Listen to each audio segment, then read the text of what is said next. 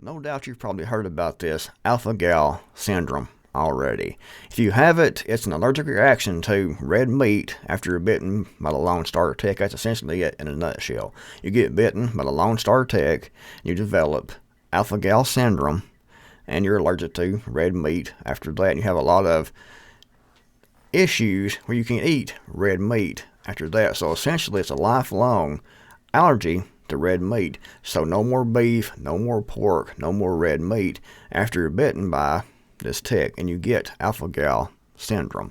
So I got to wondering where this started from. When did this start? How did this happen? So I went and done some research, and I found some interesting articles and a very interesting video that's posted by the World Economic Forum. This is my theory. I think this was on purpose. I think these are bioengineered ticks that was put out, and they've been breeding and multiplying since 2000. What this article says here, when this started in the early 2000s. So somehow these ticks, in my opinion, have been bioengineered to spread this to make the population allergic to red meat. I could be totally wrong, but it definitely makes a lot of sense when you consider what the World Economic Forum, the global climate cult, what they say about red meat. They want you to eat bugs, no more red meat, synthetic meats. So this definitely fits right into their playbook. Take a look at this article here. The Scientist, Exploring Life, Inspiring Innovation. The alpha-gal syndrome story, how researchers traced a red meat allergy to ticks.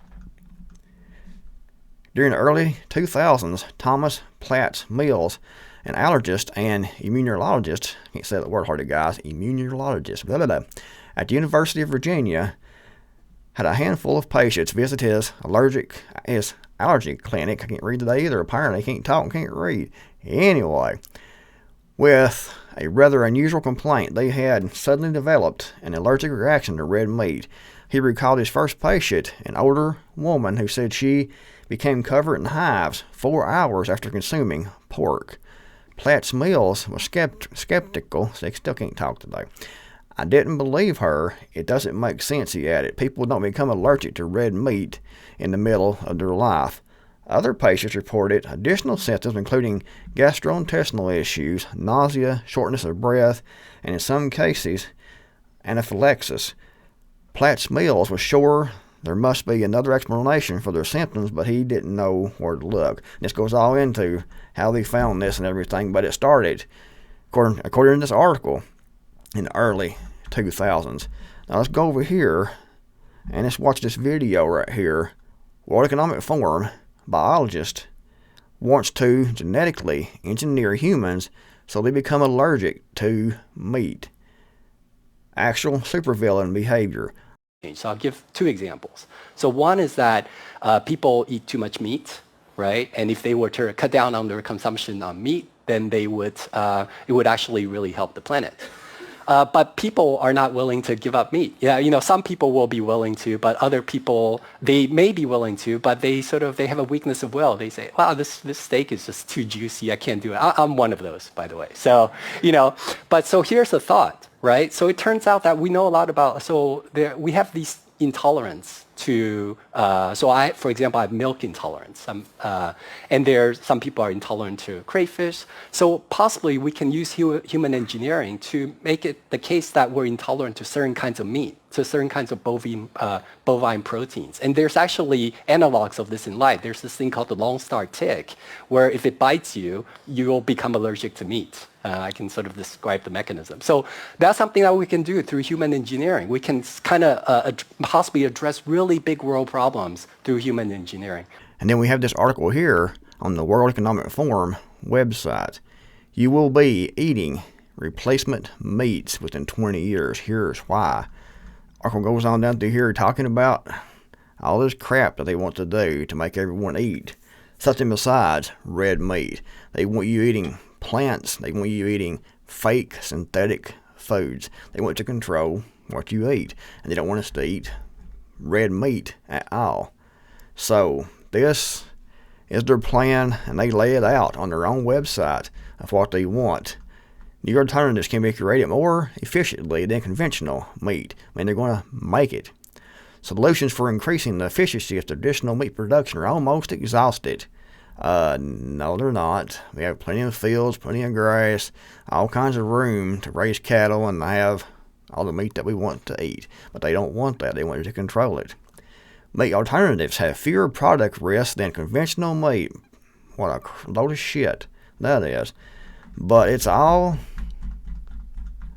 because they want to save the planet. Cows fart, and they think that methane that cows produce when they fart is destroying the earth. It's going to completely collapse the world, in their opinion, if we don't stop eating red meat. MIT Technology Review, Bill Gates, rich nations should shift entirely to synthetic beef. Synthetic beef that he will make, that he will be in control of in his factories. So you will be eating some synthetic beef. Crazy what it is. And I ain't going to read all this bullshit down through here, but you've seen this before about this guy here and about the meat. They want to control exactly what we eat. And over here, U.S. Department of Homeland Security, Science and Technology, Plum Island Animal Disease Center.